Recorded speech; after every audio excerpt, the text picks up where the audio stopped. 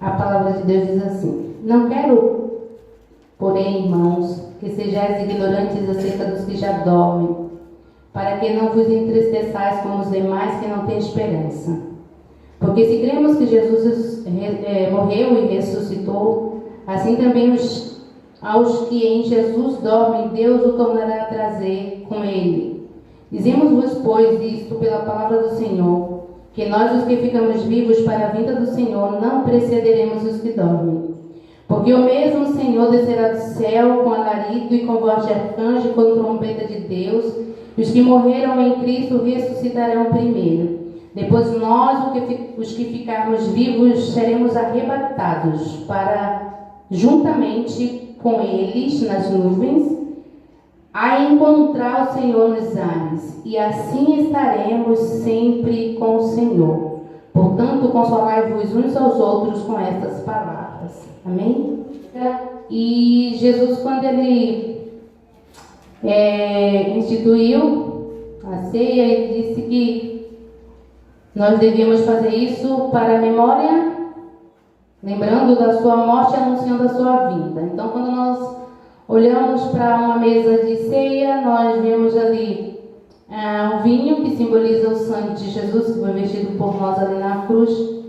Ele morreu para que nós pudéssemos ser livres, sermos livres.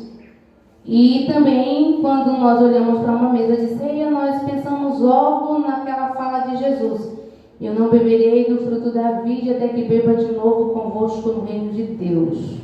E a gente sabe que esse dia está chegando, está muito, muito próximo, mais perto do que nós somos capazes de imaginar, né? Eu estava vindo para a igreja e falei para o João: pode ser a última ceia, né?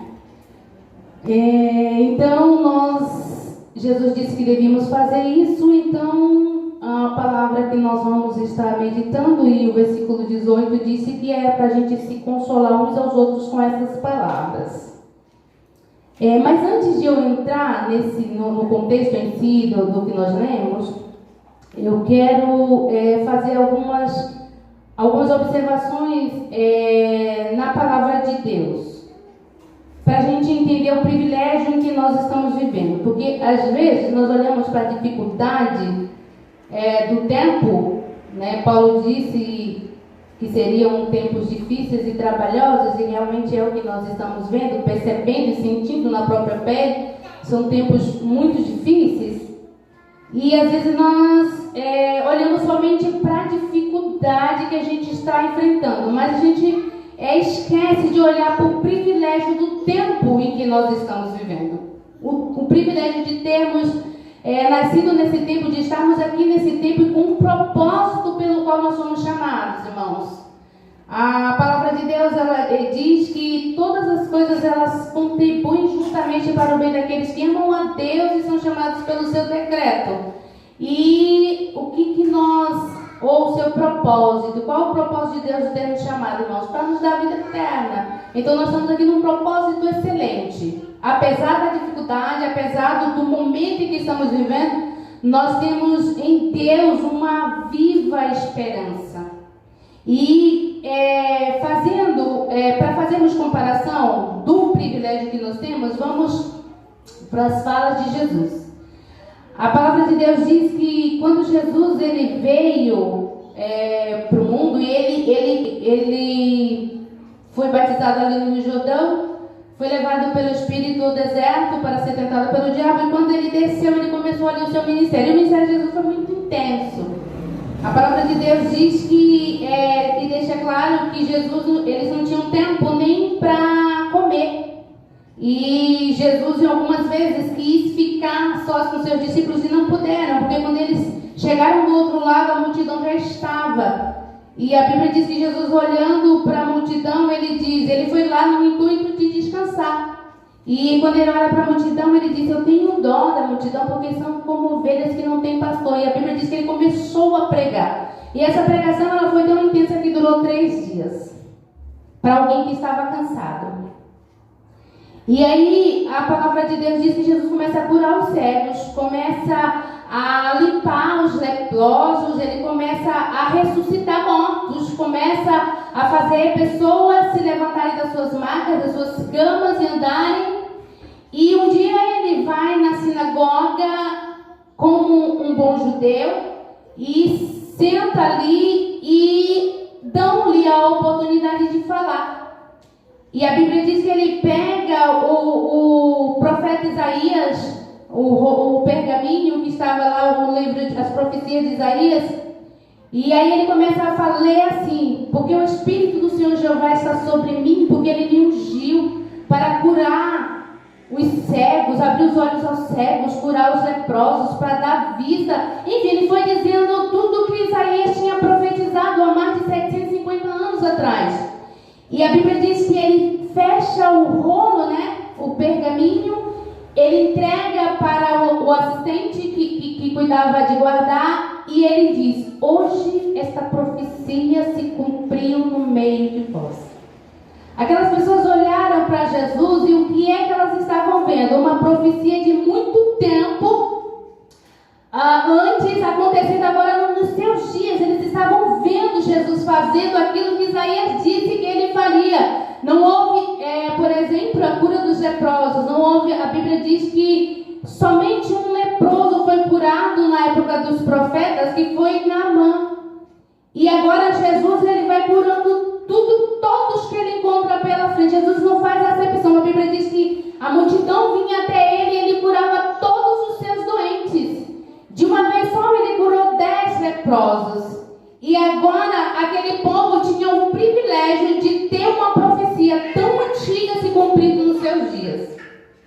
E outra vez Jesus, ele começa a falar sobre aqueles que creem em mim, como dizem as Escrituras, eles não morrerão, e aqueles que morrem e creem em mim vão ressuscitar. E aí os fariseus se levantam e falam: mas esse homem não tem nem 50 anos. E ele fala que, na verdade eles falam assim: este homem, ele quer ser melhor do que os nossos antepassados que morreram. E ele diz que aquele que crê em mim nunca morrerá. E aí nós encontramos Jesus já falando desse texto que nós lemos nesta noite.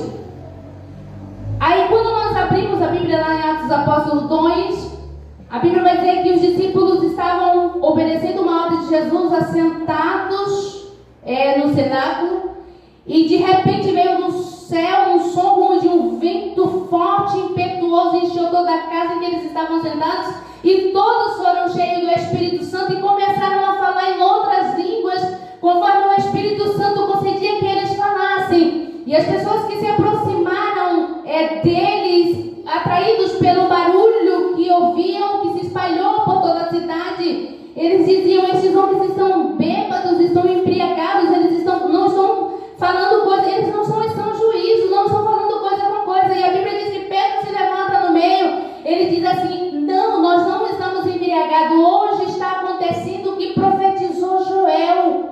E Joel diz que nos últimos dias, assim diz Deus, derramarei do meu espírito sobre toda a carne, e vossos filhos profetizarão, os vossos velhos terão sonhos, vossos servos terão visões. E agora, naquele dia, naquele instante, estava se cumprindo uma profecia de muitos anos. Aquele povo teve um privilégio muito grande de estar sentado naquele lugar, de receber o que Deus havia prometido há muito tempo atrás.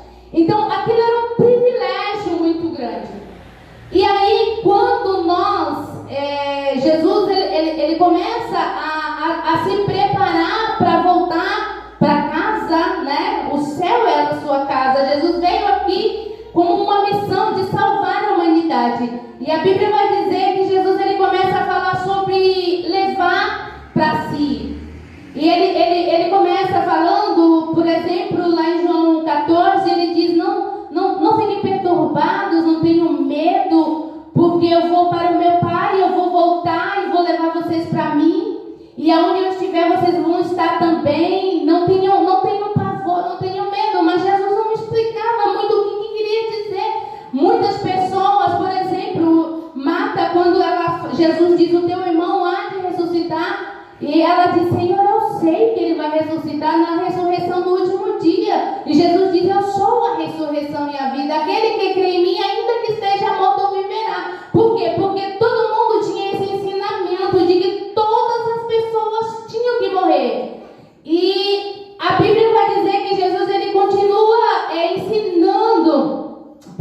discípulos sobre a sua vinda, mas Jesus ele não dá detalhe com clareza do que exatamente ia acontecer, como que ele ia levar essas pessoas para si. E a Bíblia vai dizer que quando foi no dia da sua ascensão aos céus, ele leva os discípulos até o Monte das Oliveiras e depois de ter instruído, dado as últimas instruções, Jesus começa a ser erguido, ser levantado lentamente diante dos olhos dos discípulos.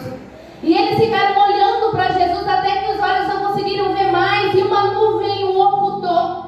E a Bíblia vai dizer que eles continuam olhando para cima. E aí a Bíblia vai dizer que aparecem dois anjos e diz: varões galileus, por que estão olhando assim para cima? Este Jesus que vocês estão vendo subir, da mesma forma que ele subiu, ele vai descer. Mas como? Quando? Como acontecerá? Não tinha uma explicação lógica. Se perguntasse para os apóstolos: como que você acha que Jesus vai vir? Não sei.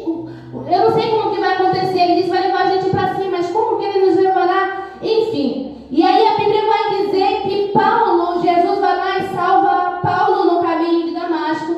E dá para Paulo uma sabedoria excelente. A Bíblia diz que Pedro, quando ele fala nas cartas, ele fala sobre a vinda do Senhor. O nosso irmão Paulo, que recebeu de Deus uma sabedoria muito grande, fala de coisas que a gente às vezes não consegue nem compreender. E Deus deu para o apóstolo Paulo, ele foi o único apóstolo que conseguiu falar com tanta clareza sobre a vida de Jesus.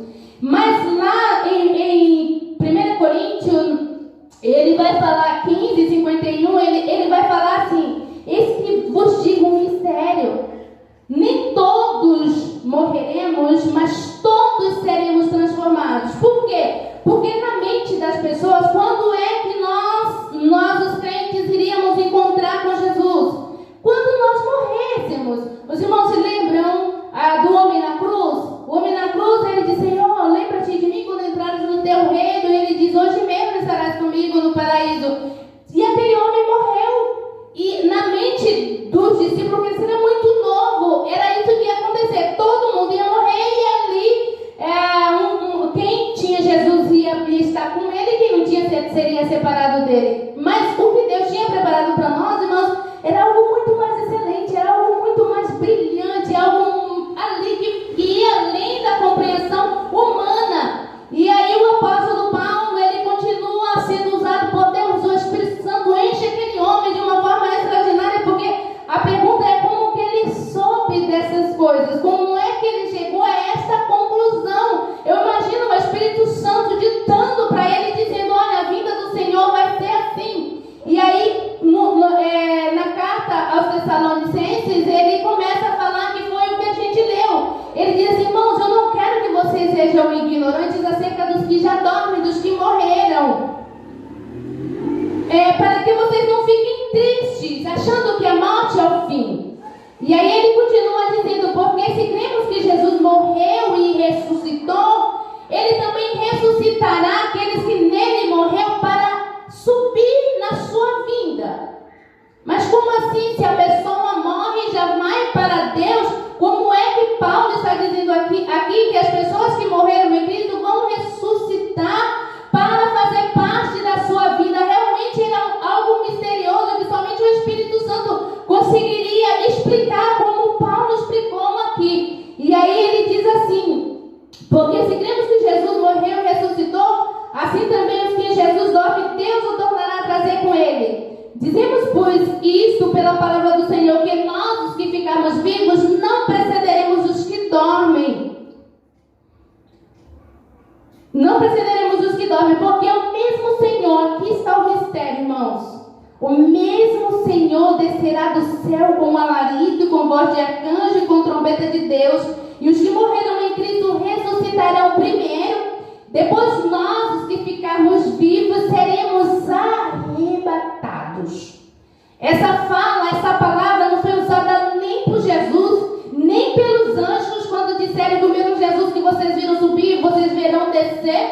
Ninguém tinha falado sobre esse arrebatar, é tirar com rapidez, é tirar com violência. E aí Paulo ele continua falando lá em Coríntios, e ele diz assim que num abrir e fechar de olhos nós seremos arrebatados para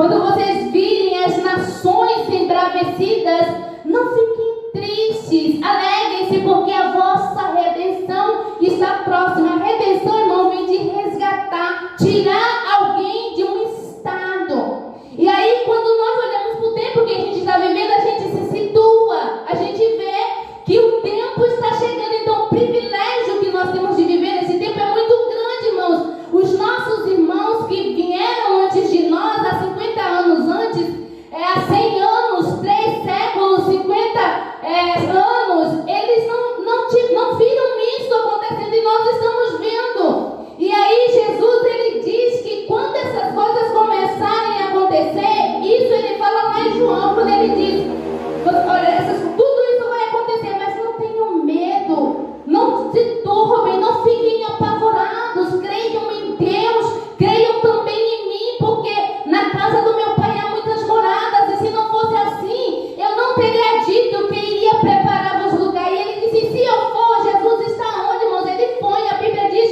que ele foi assunto aos céus, aos olhos dos discípulos. Ele disse, eu voltarei outra vez, e eu vou levar vocês comigo para estar onde eu estiver. E aí, quando nós entendemos o privilégio que nós temos, irmãos, o mesmo privilégio que teve Simeão. A Bíblia vai dizer que Simeão, ele era um homem que aguardava o Messias. E ele esperava, ele sabia que a profecia se cumpriria um dia.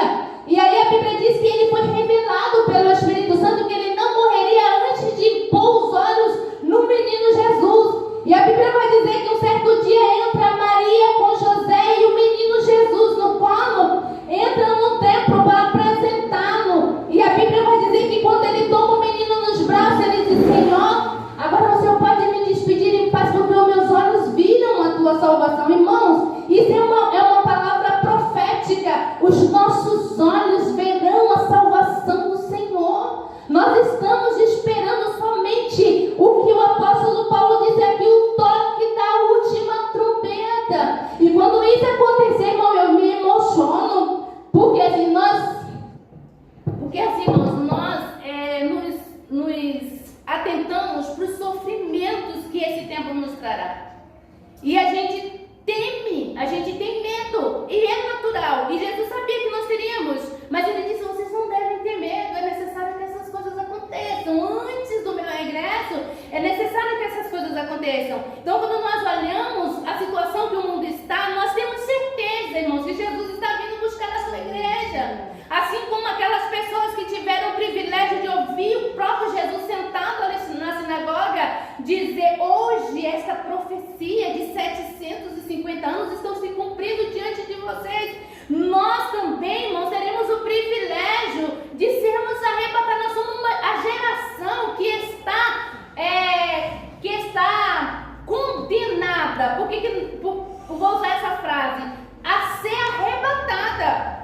Nenhuma geração anterior de nós, que vieram antes de nós, tiveram esse privilégio. Irmãos, muitos de nós não provaremos a morte. Jesus, quando ele estava ali, ele falava que alguns de vós não provarão a morte. E não era para aqueles discípulos que Jesus estava falando. Jesus está falando isso para nós. Desse tempo, muitos de nós não provaremos a morte. Irmãos, isso é um privilégio. Nós sabemos que Jesus morreu para nos dar vestes brancas. Jesus morreu para pagar os nossos pecados. Jesus morreu para preparar para nós um lugar eterno de paz. E Jesus morreu para que nós estivéssemos onde Ele está. E Ele diz, eu vou voltar, eu vou, mas eu volto e vou levar vocês comigo. E aí quando nós olhamos para os acontecimentos, é lógico que a gente teme. E Jesus, ele só fala, Deus, ele só fala algo para alguém porque Ele conhece o tempo, Ele conhece o depois. Nós estamos no agora, mas Deus, ele está além do tempo. E ele sabia que nós teríamos medo. Irmão, se eu perguntar para um cristão se está tendo medo das situações que estamos vivendo, dá medo de sermos enganados por falsos profetas, dá medo de estarmos envolvidos em um terremoto, como Jesus disse que aconteceria, dá medo de estarmos envolvidos numa guerra. Não dá medo? Dá medo de ver as notícias nos jornais. Às vezes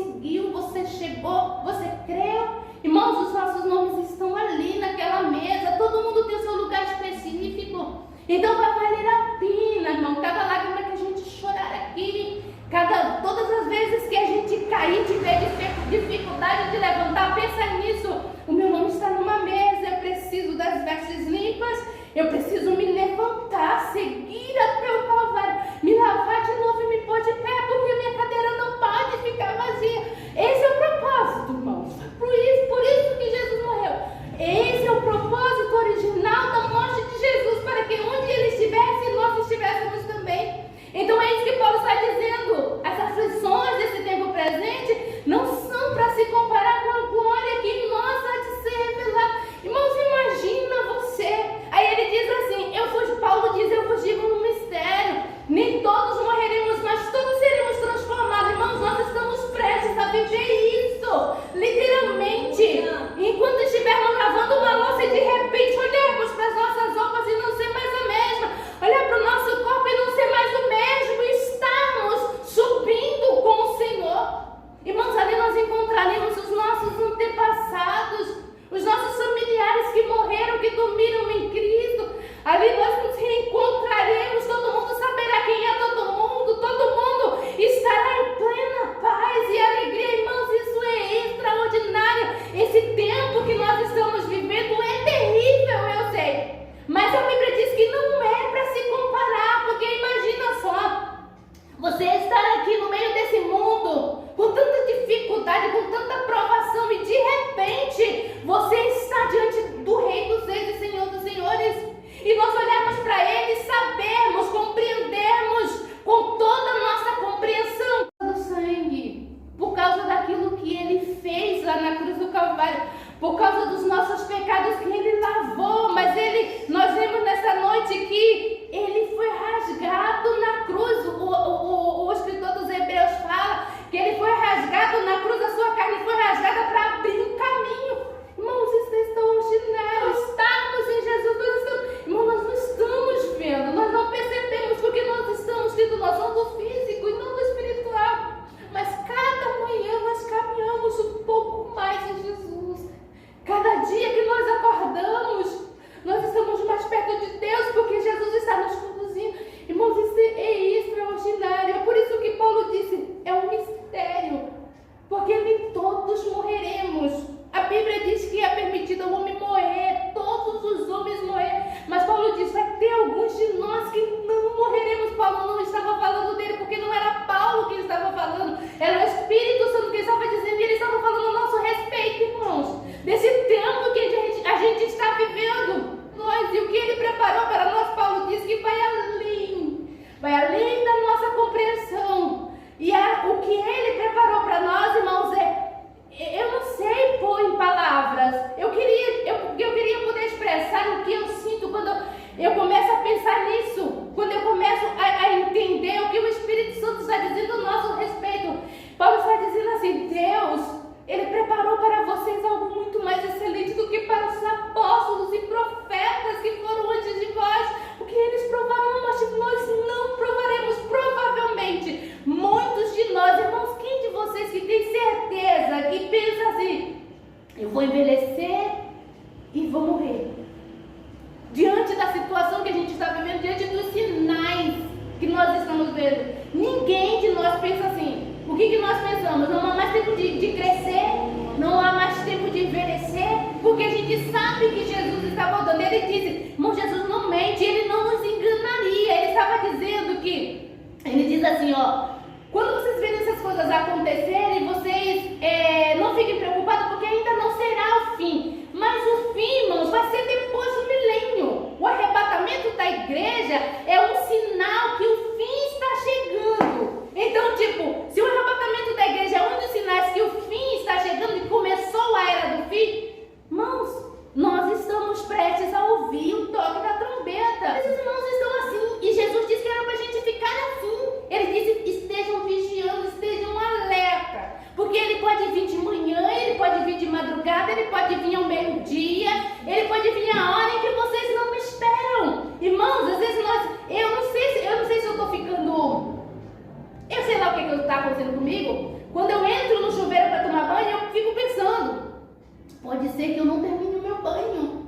Pode ser que de repente eu me veja transformada, vestida e subindo ao encontro do Senhor. Eu me deito, mas eu não tenho certeza que eu vou acordar, porque eu estou esperando Jesus. E aí Paulo, ele diz assim: console-vos uns aos outros com essa esperança. E ele diz que essa esperança é a bendita esperança. Então o que nós precisamos fazer, irmãos? Estarmos alerta, vigiando, orando.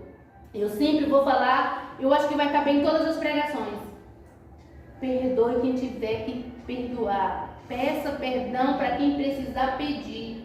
Se tiver alguma coisa oculta, irmãos, a vergonha de ficar aqui quando Jesus vir não é nada parecido com a vergonha que a gente sente de confessar os nossos pecados uns para os outros.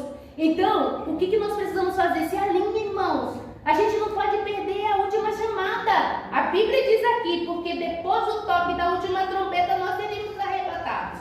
Então, que privilégio é esse de sofrermos?